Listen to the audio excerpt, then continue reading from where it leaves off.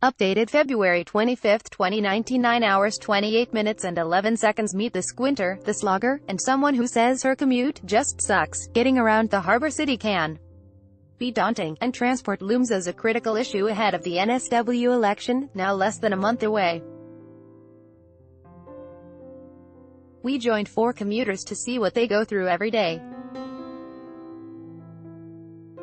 Cheryl, the cross-towner, Cheryl Sidery, has no problems finding the words to describe her daily drive. It sucks, it's torture, and for good reason. Her commute involves Sydney's Military Road, notorious for being among the most congested in Australia. She says it's as bad as everybody thinks it is. Ms. Sidery works as a midwife at the Royal Hospital for Women in Randwick and lives in Brookvale, on the northern beaches. She aims to leave home by 7 a.m. every day, because she says getting out the door even 10 minutes later extends her trip. That's what happened when the ABC joined her last week. It's soul-destroying, she says. That's why when they offered me a permanent position, they said, "We'd really like you to do 5 days. I'm not sitting in the traffic for 5 days. I can't do it.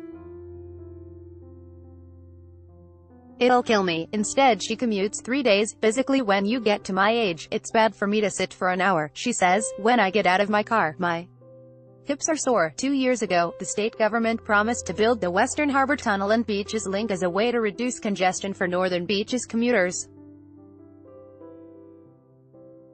The Beaches Link is designed to reduce the amount of cars on the Spit Bridge and redirect them into a tunnel under Middle Harbour. But it's still in the planning stage and hasn't been approved yet.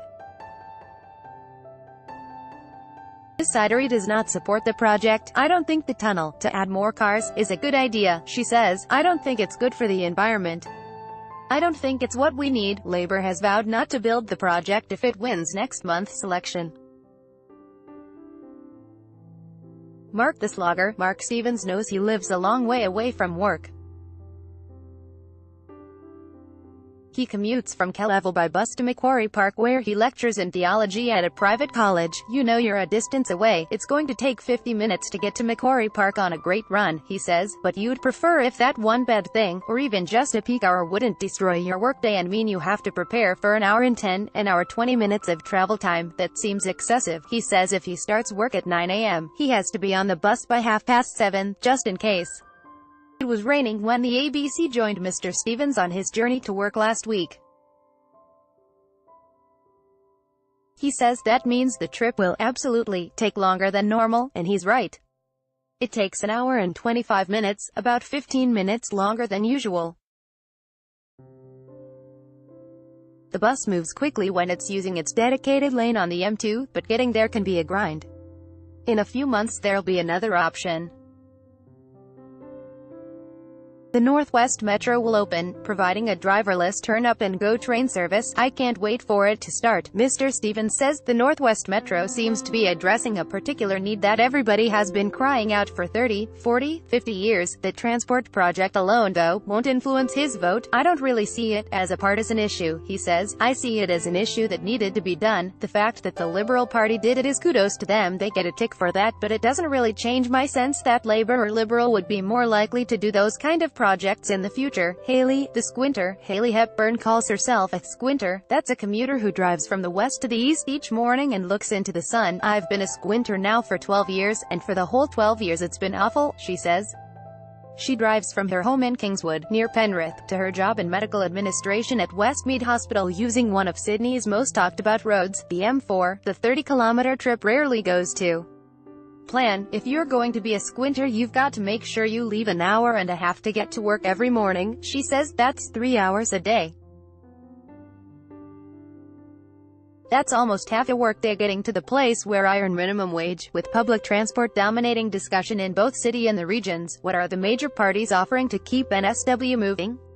She accepts living in Sydney comes with some amount of congestion, but says what she experiences is too much for someone who lives and works in the West. "I feel like if you live in the CBD it might be the price you pay, Ms. Hepburn says, but I'm living in the outer western suburbs, way out west, the sticks. She doesn't feel like the NSW government has addressed congestion for Western Sydney's commuters. Nothing they've done so far has tickled my pickle, she says. Yes, okay, so they might have built 2 or 3 new roads. It's not that impressive, she says. Transport infrastructure is an issue she'll consider when she votes on March 23. The M4 has made plenty of headlines recently. The state government has widened a section of the M4 between Parramatta and Homebush, as part of the Westquay Next project. It opened to traffic in mid-2017 and a toll was reintroduced, with commuters paying up to $4.56. The rest of Westquay Next will open in stages, starting this year, but it won't help Ms. Hepburn's commute. Jeff the happy commuter. Jeff Martin is a happy commuter, and he would know, after catching Sydney's trains for more than 30 years, a few times are trying, the human resources executive says, but you just have to take a deep breath and remember it gets you from A to B for a reasonable cost. Mr. Martin commutes from Dulwich Hill to the CBD every day.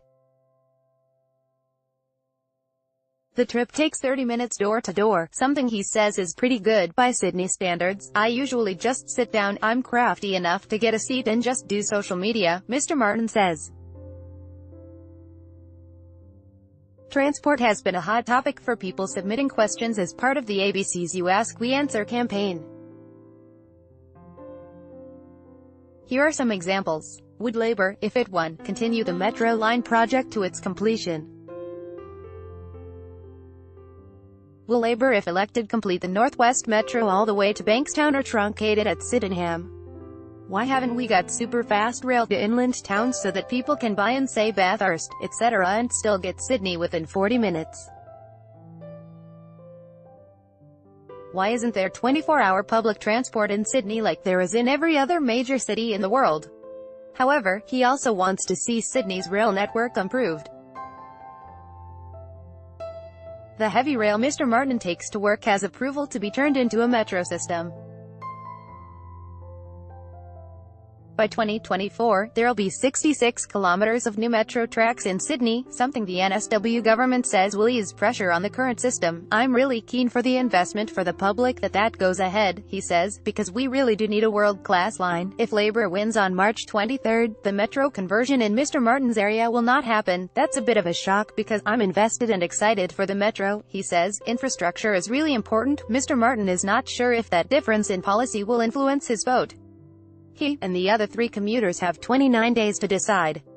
Topics: elections, government and politics, state elections, political parties, ALP, Liberals, NSW, Kingswood 2747, Randwick 2031, Westmead 2145, Kellyville 2155, Macquarie Park 2113, Brookvale 2100, Dulwich Hill 2203, Sydney 2000. First posted February 24, 2019. 8 hours 16 minutes and 16 seconds.